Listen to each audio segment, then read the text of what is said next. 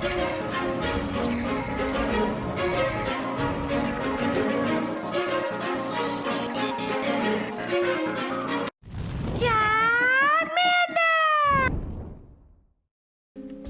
guys, King Charmas here, jury analyst, and today I bring to you the my top 5 teams for the Flying Cup.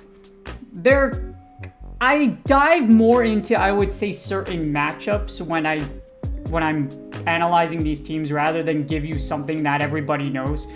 Usually what you see when people give top 5 teams, they're like, this is good, this is powerful. Oh, by the way, I don't know that Aerodactyl beats Emolga in the one shield because Emolga can't get to 2 discharges unless it has an energy lead. So, I give you a little more technical analysis on that. Flying Cup is very RPS-y, very blind, except for one particular team which I found can really give you some success if you really like, and if you have really good at finding those fancy win conditions and really good at managing energy. So, other than that, outside of the Flying Cup, you have it's Great League. So you have Great League and then you have Flying Cup. So if you don't want to play Flying Cup, you can also play Open Great League if you would like to do that. But for those of you that like to get your sets done really fast, because Flying Cup is absolutely super fast and will get you your sets done pretty dang quickly. Not as fast as Grasshole though, just putting that out there, but it is really, really fast. And these are my top 5 teams for the Flying Cup. It's more of a refresher. There hasn't been any changes at all for the Flying Cup. And Flying Cup, like I mentioned, is a very fast-paced cup. Can feel very RPS-y at times, but I will give you these teams that will allow you and help you defeat the RPS-iness of the Flying Cup. And without further ado, before we get started, this is my therapist mental health tip of the day. And what we're going to do, again, you can always fast forward to this. If you fast forward just a little bit, or if you look at the timeline if you're on PC, you can just skip forward to the teams, to the teams, and then you could just skip forward to the team. Just if you go a little bit back, like 3 or 4 minutes, you can find the team's analysis if you're on mobile. But for this one, because I am I'm not particularly a child therapist. You have therapists that do work with kids specifically, or younger youth. I specialize in children. Most therapists don't actually like working with children because children are very difficult. The reason why children are very difficult is because you have to deal with parents and you have to deal with consent, because kids can't consent for their own treatment unless they're emancipated, which is a very rare instance. I was emancipated at 17 because I joined the United States Air Force, so I had to get emancipated in order to get enlisted. But for this one, as far as working with children go, the reason I bring up children is this is managing childhood depression. So this is a caregiver's guide. Healthy habits as routine, sleep hygiene, and socializing give children resilience to overcome depression and build mental wellness. Parents and caregivers play an important role in supporting the mental health of their children by modeling, teaching, and reinforcing these habits. In other words, it's good parenting. But some of you, and there are some instances when I was in the Air Force, where you have to treat childhood depression. Something happened in childhood which affected your adulthood and the way you do things, and it's negatively affecting your life, or it's affecting your relationships. So you either have to explore that and help fix that, or treat whatever's going on. Unfortunately, there's no quick fix for depression. The good thing is depression is treatable. There are major depression, etc., some more serious ones which aren't curable, but they're definitely treatable and allow you to go back to living a normal life. The general way you do beat depression, though, is you establish healthy habits, not just with your children. Parents and caregivers can help their children develop resilience. So you dedicate time to following some interventions and empathizing long-term habits that lead to gradual improvement rather than overnight miracle. You can't get rid of depression over one night.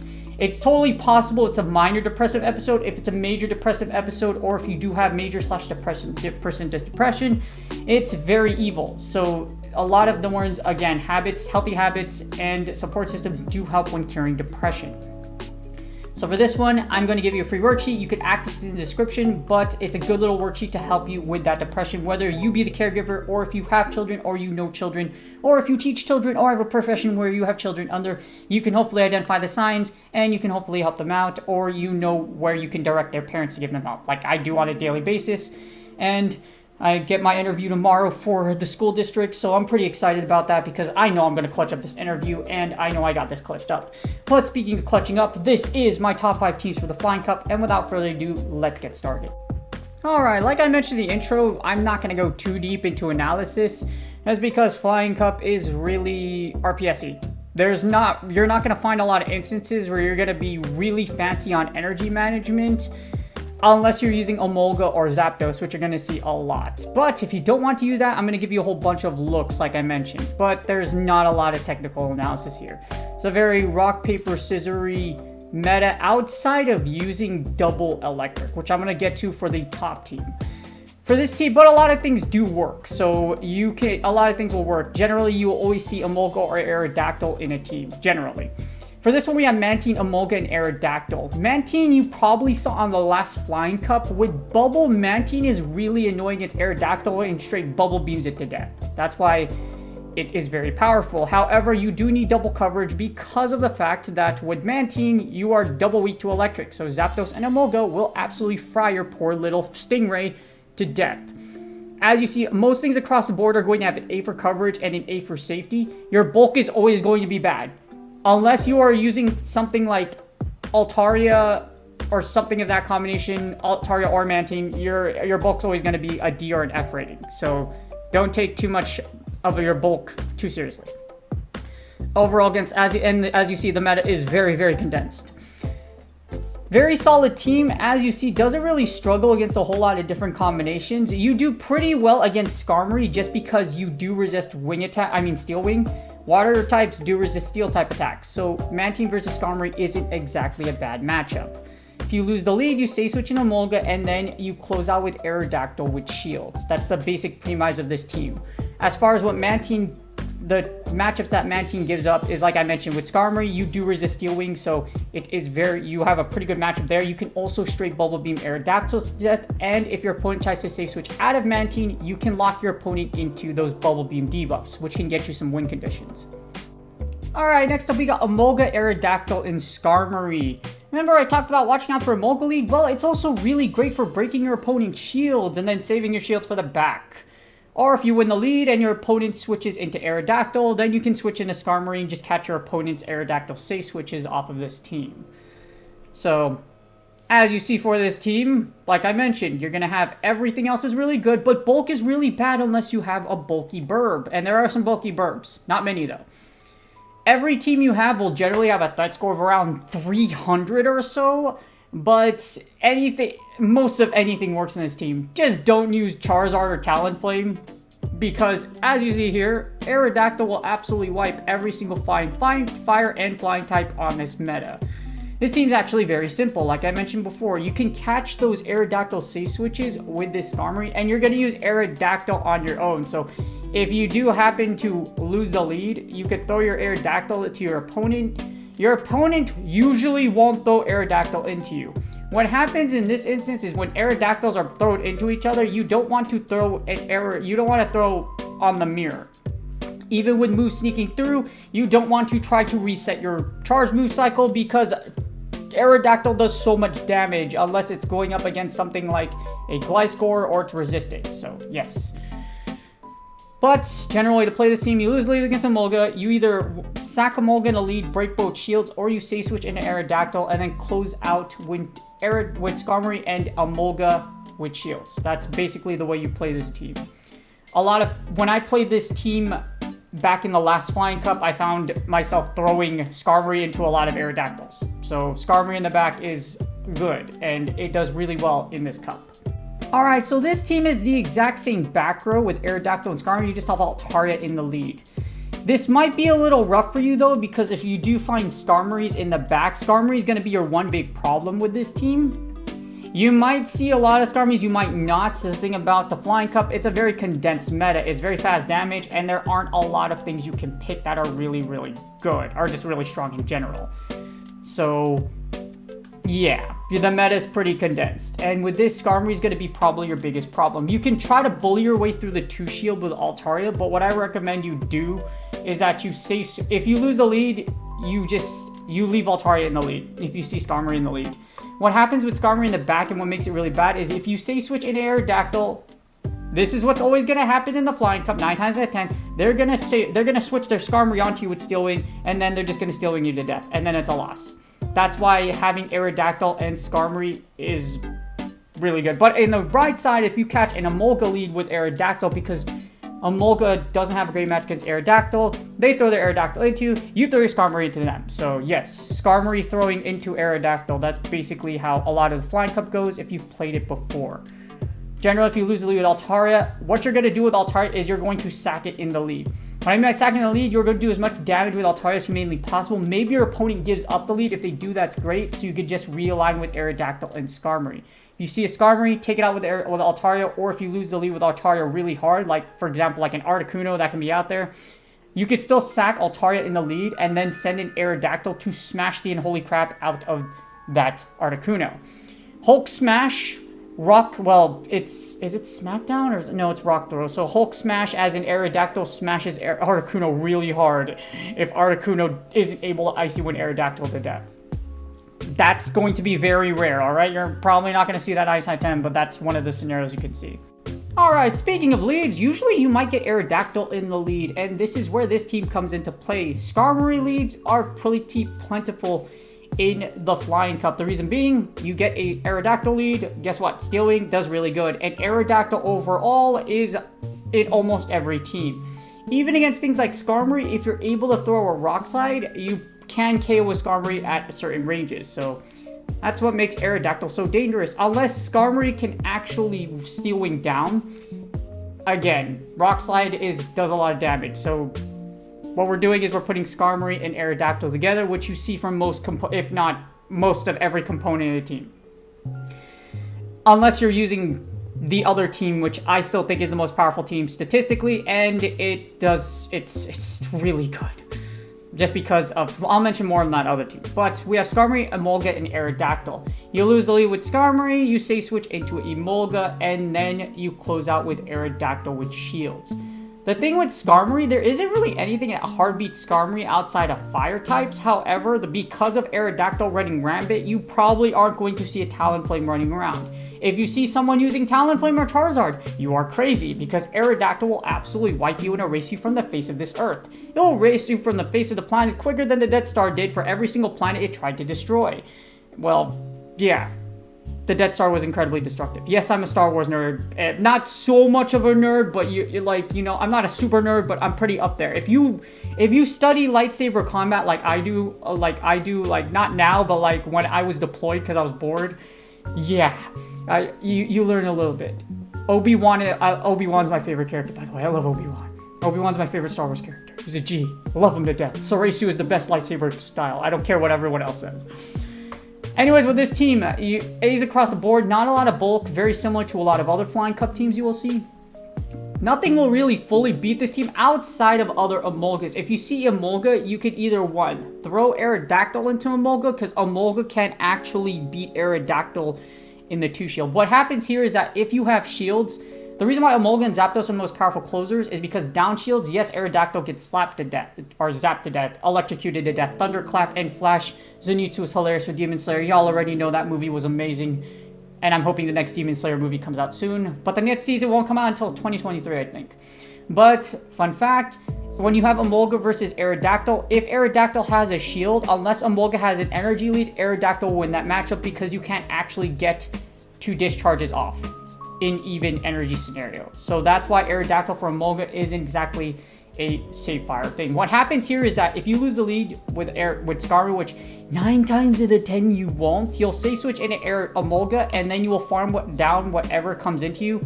For example, you say switch into Emolga, they send an Aerodactyl to you, you have to expend a shield. What you're going to do is you send Skarmory to farm down whatever's in the back, and then Skarmory and Aerodactyl will close out with shields. Basically what it is. But the reason why Skarmory lead is so good is because there isn't anything that hard beats Skarmory outside of Emolgas and Zapdoses. So, kind of see the circle that's going on. But this team's really solid and very, very low threat score. Most of everything will have a low threat score of like 330 to like 400. However, the next team is the best team. If you don't have Zapdos, this team is for you. Alright, and last but not least, to me, this is the best team. The most powerful team in the Flying Cup. No, Zapdos does not have Thunder. I don't know why I gave it Thunder. You used Thunderbolt. Yes, you used Thunderbolt. This is Aerodactyl, Emolga, and Zapdos. The reason why this team is so dang good is because there's not a lot of Mons out there outside of Gliscor, but even then, the reason why Gliscor doesn't have a fantastic matchup against Emolga or Zapdos is because Wing Attack is resisted. Along with that, unless Gliscor boosts with Night Slash, Earthquake doesn't hit anything. So that's pretty much what it is. Electric isn't very powerful here, and the two electric Pokemon that dominate the Flying Cup are Emolga and Zapdos. When you put those two together, along with the strongest overall Mon in Aerodactyl, you have a recipe of natural disasters for any opponent you fight. Ironically, I've mirror matched this team as well, and I've came out the top many times just because all you really have to do is get an energy lead. And with moves sneaking in, it's kind of painful nowadays to see who fires first. But as you see here, this is Aerodactyl, Emolga, and Zapdos ABB, but this is still, yes, because both Mons of Emolga and Zapdos outpace most of everything in this cup, and like I mentioned, outside of a Gliscor giving a problem, or an Altaria, but even then, Altaria still gets hit really hard by Drill Peck by Zapdos, and of course, Emolga can still Aerial Ace. What happens if you lose the lead, what usually happens is that if you get Altaria in the back, which is the only Mon that will semi give you a problem, you can line Aerodactyl into it if you won the lead, or what happens is you Drill Peck it / Aerial Ace it to death. Sky Attack is resisted by both Emolga and Zapdos, so Altaria does have to Moonblast you if it wants to do neutral damage, or Dragon Pulse. So that's where it goes, and with this team is incredibly powerful, except for Bulk. Of course, as we know, if you play the Flying Cup, not a lot of things are going to have Bulk. This team covers each other really well. If you get Aerodactyl in the lead, what I would do is you can either force the mirror match or you could throw Emolga into Aerodactyl. You can save Aerodactyl for the back row if you want to, or you can force the mirror match. If you're a Poké, here's what's dicey. In the mirror nowadays, if you get the Aerodactyl and Aerodactyl matchup, whoever fires first is going to lose the mirror match. Just because of Moots guaranteeing to sneak through, unless something happens, you're going to always get to that extra one through, and IVs kind of matter with your Aerodactyl. So the Aerodactyl that has higher IVs might do better in this cup than the other Aerodactyl that doesn't. So that's what happens in the mirror. Outside of that, if you lose the lead against something like Skarmory, you're going to switch it to the Emolga, and then after that, you're going to try to line up that Skarmory against Zapdos. Because against Skarmory, Zapdos and Emolga will resist anything Skarmory has to throw, because Thunder types resist Steel types, and Flying types, Thunder also resists Flying. So, yeah. I still don't get how Steel resists Flying. I don't get how, like, Electric types resist Steel type attack. I still don't understand how that works, but I guess it's because, you know, Steel's conductive or something like that. I have no idea. But this team has the lowest threat score in the Flying Cup. As you see with 331, it is the lowest threat score, just because it isn't just in my, like, statistically from when I've used it, it is the strongest team. This is one of the teams where if you're really fancy with energy management, you can possibly come out with those fancy win conditions like I mentioned with you. Getting extra energy.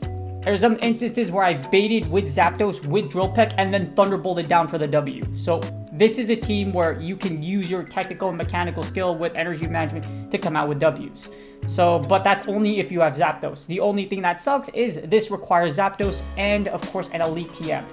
So, unless you have a Research Zapdos, I had a Research Zapdos from a long time ago, that's why I use my Zapdos here. Or if you're using Shadow Zapdos, you won't have a Zapdos to use for this team. So, but this team is the most powerful, not just an ABB team, but it is the most powerful team. I've used it for all Flying Cups, and it is incredibly strong. And will guarantee you dubs. And that's game. I hope y'all enjoyed the video. Again, I gave you more technical analysis on matchups rather than diving into each and every team because it's not that complicated as far as the Flying Cup goes.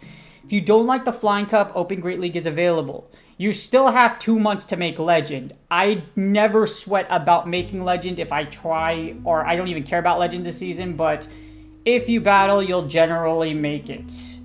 That's what it is. Unless you're like me, where you're lazy on purpose because you don't want to hit the leaderboard and spend 90 minutes in the queue, or you just don't care.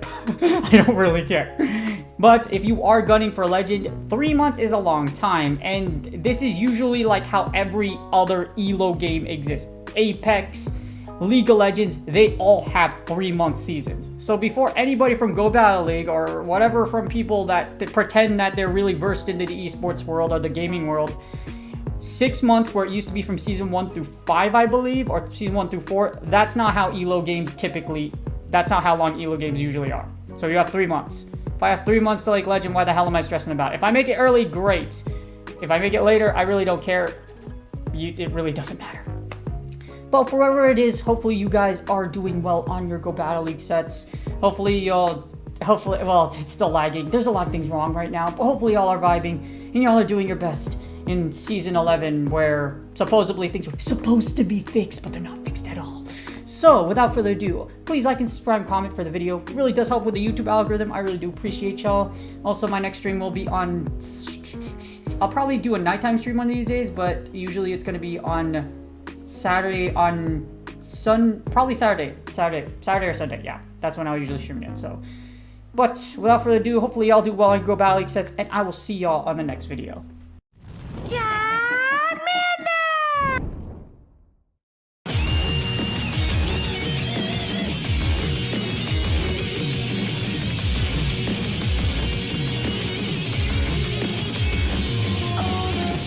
That I made, all the things that I have craved, these are what I could have saved.